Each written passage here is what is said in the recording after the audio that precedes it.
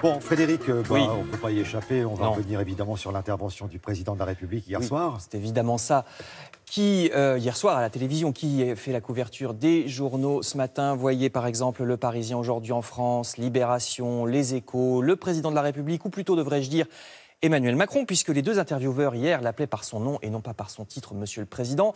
Il n'y a pas que ça qui était nouveau. Selon les journaux, c'était une interview beaucoup plus pugnace que d'habitude de la part des journalistes. Ce matin, la presse continue d'ailleurs dans cette veine de pugnacité. Les journaux contestent en effet certaines affirmations du président. Vous voyez par exemple celle-ci dans Le Figaro.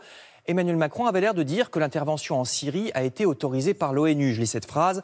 La France n'a pas déclaré la guerre à Bachar el-Assad. Elle a œuvré pour que le droit international et les résolutions du Conseil de sécurité de l'ONU ne restent pas lettre morte. Je cite le président.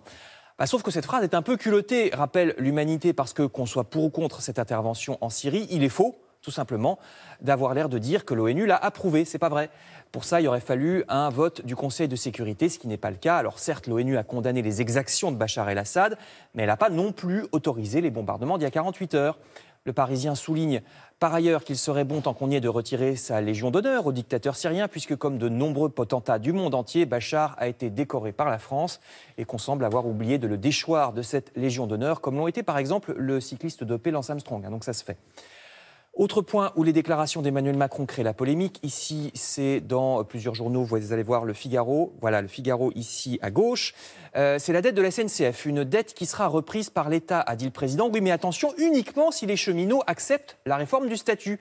Alors c'est du chantage, estime ici à droite les cheminots interviewés par Le Parisien, comme si cette dette était notre faute. À nous, les cheminots, dit-il, la dette de la SNCF, c'est plutôt l'État qui l'a creusée en imposant des investissements à la compagnie comme le tout TGV pour des sommes très importantes.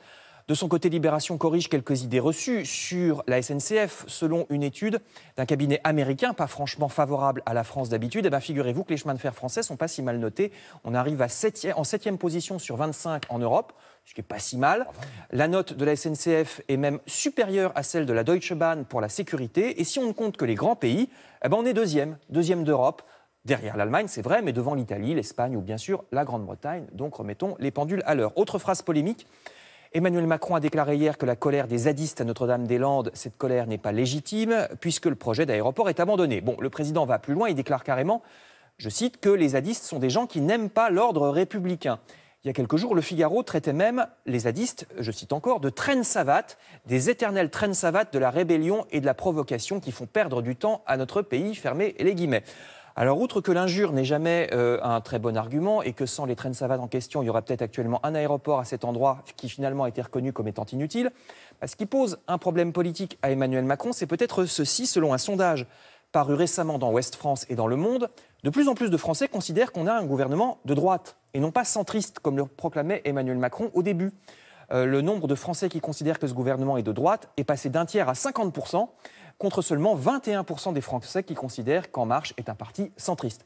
Quant à l'interview d'hier en elle-même, j'y reviens et je conclus, il est difficile, écrit Libération, de savoir si Emmanuel Macron en sortira gagnant. Le Figaro, pour sa part, pense carrément, vous voyez, que c'était une interview, je cite, inutile.